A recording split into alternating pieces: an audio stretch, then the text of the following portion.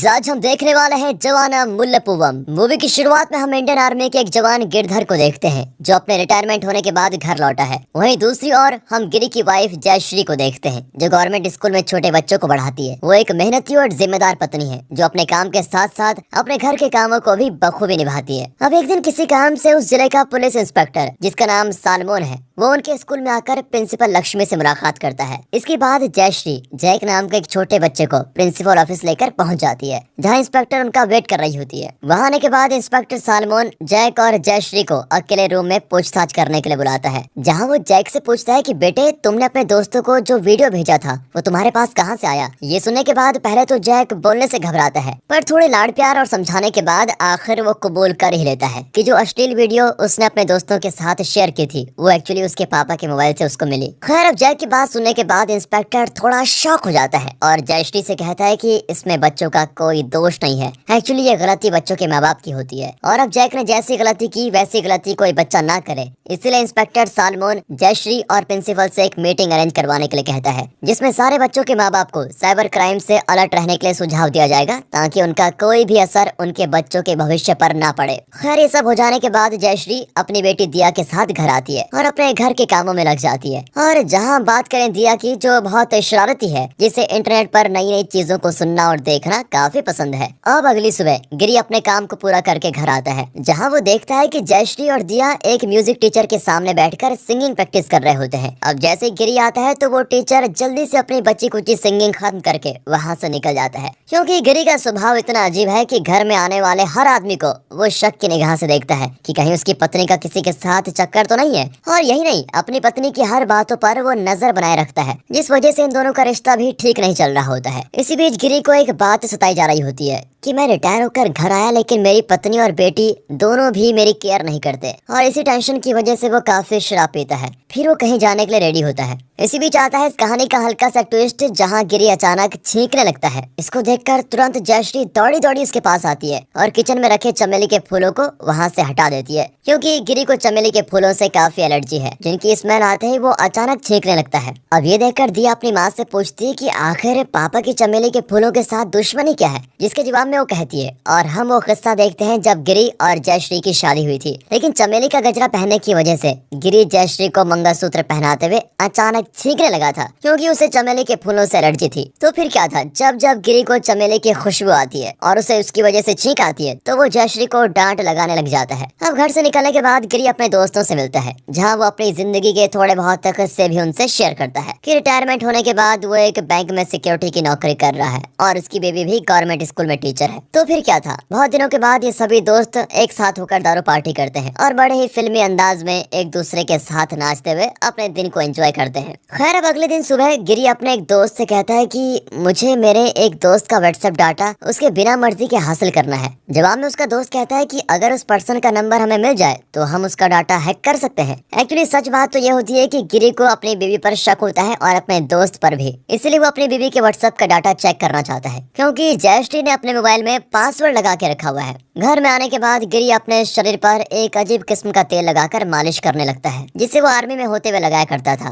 पर उस ऑयल की बदबू की वजह से जयश्री को ये सब कुछ पसंद नहीं आता जिस वजह से उन दोनों में फिर बहस हो जाती है। खैर अब स्कूल आने के बाद प्रिंसिपल साजन नाम के एक चीफ गेस्ट को बुलाती है जो साइबर क्राइम के मुश्किलों को सॉल्व करने में स्पेशलिस्ट होता है और वो बैठे तमाम टीचर्स और बच्चों के पेरेंट्स को सोशल मीडिया के स्कैमर्स और रैकेट्स के बारे में इन्फॉर्मेशन देता है और साथ ही साथ उन्हें अलर्ट रहने के लिए भी कहता है। तभी दूसरी ओर हम गिरी को देखते हैं जिसकी मुलाकात बैंक में इंस्पेक्टर सालमोन के साथ होती है जो उसे कहता है कि तुम्हारी बीवी ने मुझे तुम्हारे बारे में बताया था। अब ये सुनकर गिरी सोच में पड़ जाता है कि आखिर जयश्री और इस इंस्पेक्टर का क्या रिलेशन है। यहाँ जयश्री मौजूद सभी लोगों के लिए एक कमाल का गाना भी गाती है। ये सुनकर वहाँ मौजूद सारे लोग बहुत खुश हो जाते हैं। वेल इसी के साथ कुछ दिन बीत जाते हैं और एक दिन रात के वक्त गिरी देखता है कि जयश्री अपने पैरों पर बॉडी लोशन लगा रही है और इस वक्त उसे वो नाइटी कॉस्ट्यूम में काफी हॉट भी लग रही होती है। ये देखकर गिरी के मन में थोड़ा हलचल होती है, पर वो जैसे ही उसके पास आता है तो जयश्री के बालों में लगी हुई चमेली की खुशबू से उसको फिर से छींक आनी शुरू हो जाती है और इससे नाराज होकर वो चला जाता है। पर कहीं न कहीं इसका दुख जयश्री जयश्री को भी होता है। इस वजह से वो फिर से अपने पति से कमरे में मिलने के लिए जाती है, पर गिरी ऑलरेडी दारू पी के सो चुका होता है। इस वजह से वो फिर से अपने बेटे के कमरे में आकर सो जाती है। अगले दिन गिरी अपने पड़ोसी को ड्रॉप करने के लिए जा रहा होता है, तो वो उसे कहती है कि आजकल तुम्हारी बीवी काफी लोगों से मिलने लगी है और वो आजकल काफी ऑनलाइन भी नजर आ रही है।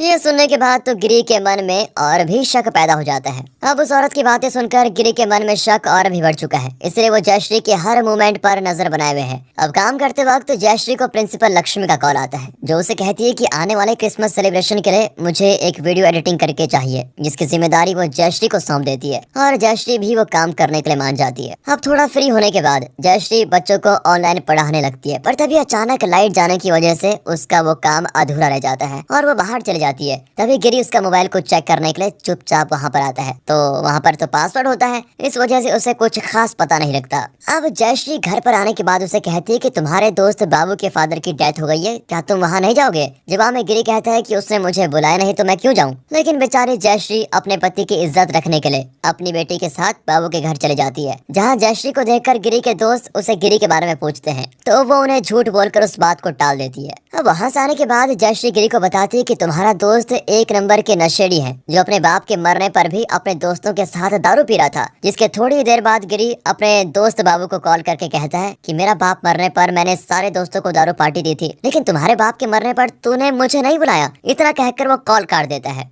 खैर अब अगले दिन जयश्री गिरी को एक गुड न्यूज देती है, जिसमें वो कहती है कि हमारी बेटी का ड्रामा एकेडमी में सिलेक्शन हो चुका है। ये सुनकर गिरी काफी खुश होता है और अपनी बेटी दिया को लेकर अगले दिन निकलने वाला होता है। तभी अचानक जयश्री का म्यूजिक टीचर वहाँ पर टपक पड़ता है और ये देखकर गिरी के अंदर बहुत गुस्सा आता है और जाते वक्त वो जयश्री को घूरते हुए निकलता है। अब इन सारी बातों को उनकी पड़ोसी ऑब्जर्व कर रही होती है, जो अपने पति से कहती है कि गिरी के जाने के बाद भी जयश्री उस म्यूजिक टीचर के साथ पता नहीं क्या कर रही होगी, क्योंकि उस म्यूजिक टीचर को काफी वक्त हो गया है और ये पड़ोसी भी पता नहीं कैसी है, दूसरों के घर में तांग झांक करती ही रहती है। अब रात के वक्त हम गिरी को देखते हैं, जिसे इंस्पेक्टर सालमन कॉल करके कहता है कि जल्दी बेंगलुरु में एक नेशनल बैंक ओपन होने वाला है, जिसके लिए तुम्हें नौकरी ज्वाइन कर लेनी चाहिए। लेकिन गिरी इंस्पेक्टर की बातों को इग्नोर करते हुए फोन काट ही देता है, क्योंकि उसे सालमन पर पहले ही शक है कि वो मेरी पत्नी के साथ कुछ गलत ना कर रहा हो। तभी दूसरी ओर हम जयश्री को देखते हैं, जो क्रिसमस डे पर लगने वाले वीडियो की एडिटिंग का काम कर रही होती है। तभी उसे गिरी कॉल करके परेशान करने लगता है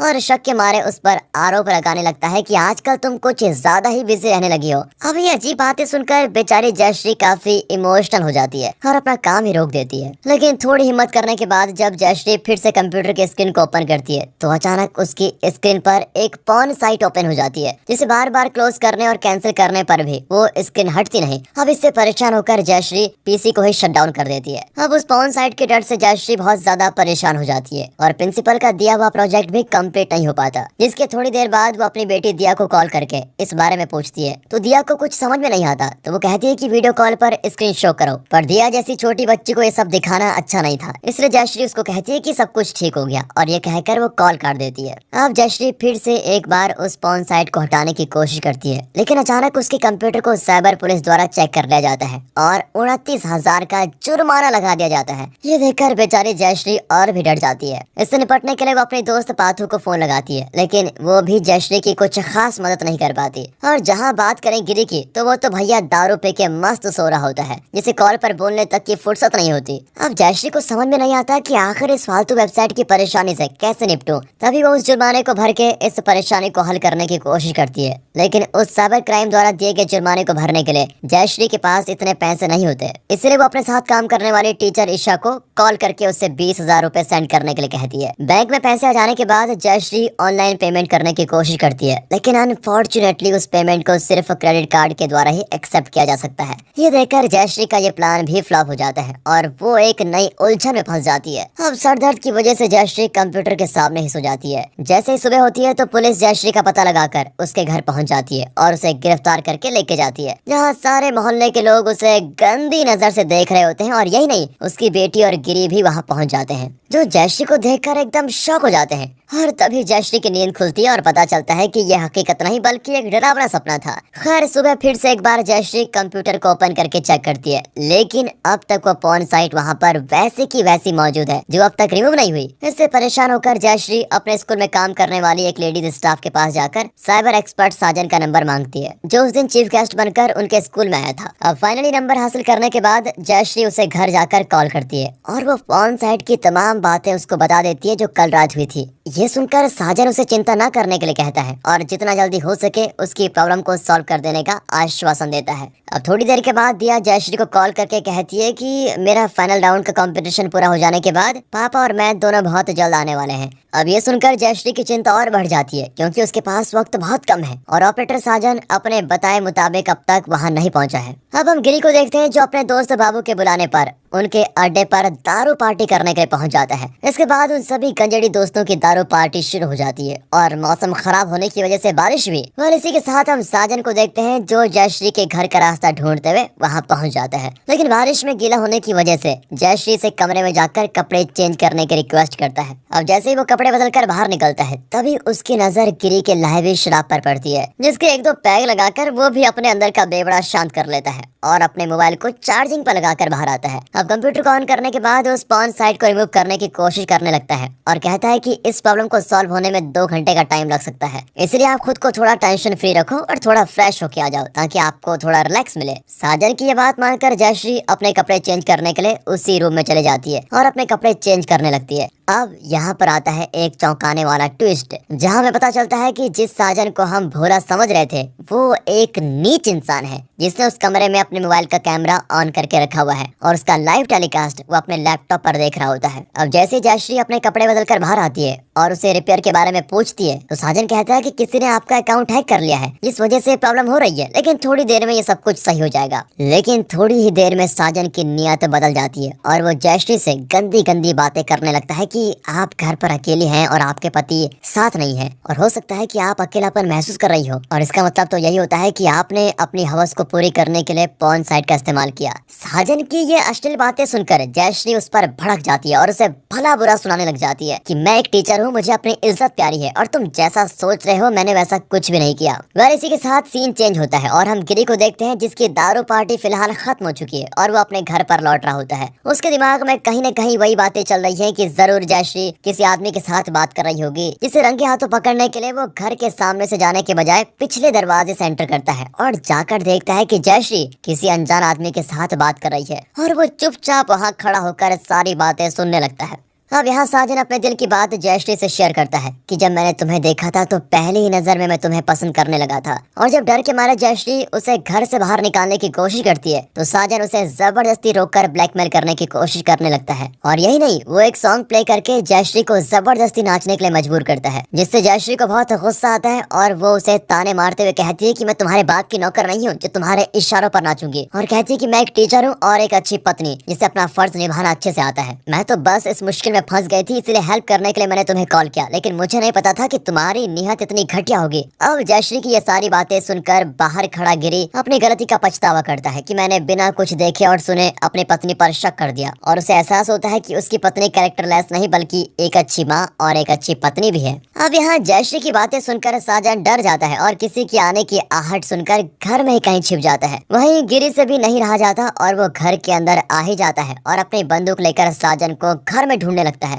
बट अनफॉर्चुनेटली साजन भैया रंगे हाथों पकड़े जाते हैं। गिरी उसे बंदूक का डर दिखाते हुए उस सॉफ्टवेयर के जरिए पॉर्न वेबसाइट का पूरा डाटा क्लियर करने को कहता है, जिसे साजन डर के मारे कंप्लीट कर देता है। और अब आखिर में गिरी साजन को पुलिस के हाथों पकड़वाने की धमकी देता है तो साजन उल्टा जयश्री पर आरोप लगाते हुए कहता है कि जयश्री मैडम ने ही मुझे रात को कॉल करके अपने घर बुलाया। ये सुनकर जयश्री उसको जोर का थप्पड़ लगाती है और गुस्से में आकर उसका लैपटॉप भी फोड़ देती है। इसके डर से साजन अपना सामान के साथ साथ उस घर को भी छोड़कर भाग जाता है। अब साजन के जाते ही जयश्री गिरी को ताने मारते हुए डांटने लगती है कि ये जो भी हो रहा है उसका कारण तुम हो, क्योंकि अब तक तुमने मुझे शक की नजर से देखा और हर वक्त मेरे ऊपर नजर रखी और किसी चीज में मेरी आज तक मदद नहीं की। वो कहती है कि अगर किसी शादीशुदा औरत की जिंदगी में कोई प्रॉब्लम आती है तो सबसे पहले उसके पति का फर्ज होता है कि वो उसे उस मुश्किल से बाहर निकाले। अगर तुम मुझ पर शक ना करते तो मैं इस मुश्किल में फंसने के बाद तुमसे ही मदद मांगती, लेकिन अफसोस मेरी जिंदगी में तुमने कभी मेरी मदद की ही नहीं और कभी भी एक अच्छे पति बनकर तुम मेरे सामने पेश नहीं आए। अब जयश्री की सारी बातें सुनने के बाद गिरी को फिर से अपनी सारी गलती का एहसास हो जाता है और वो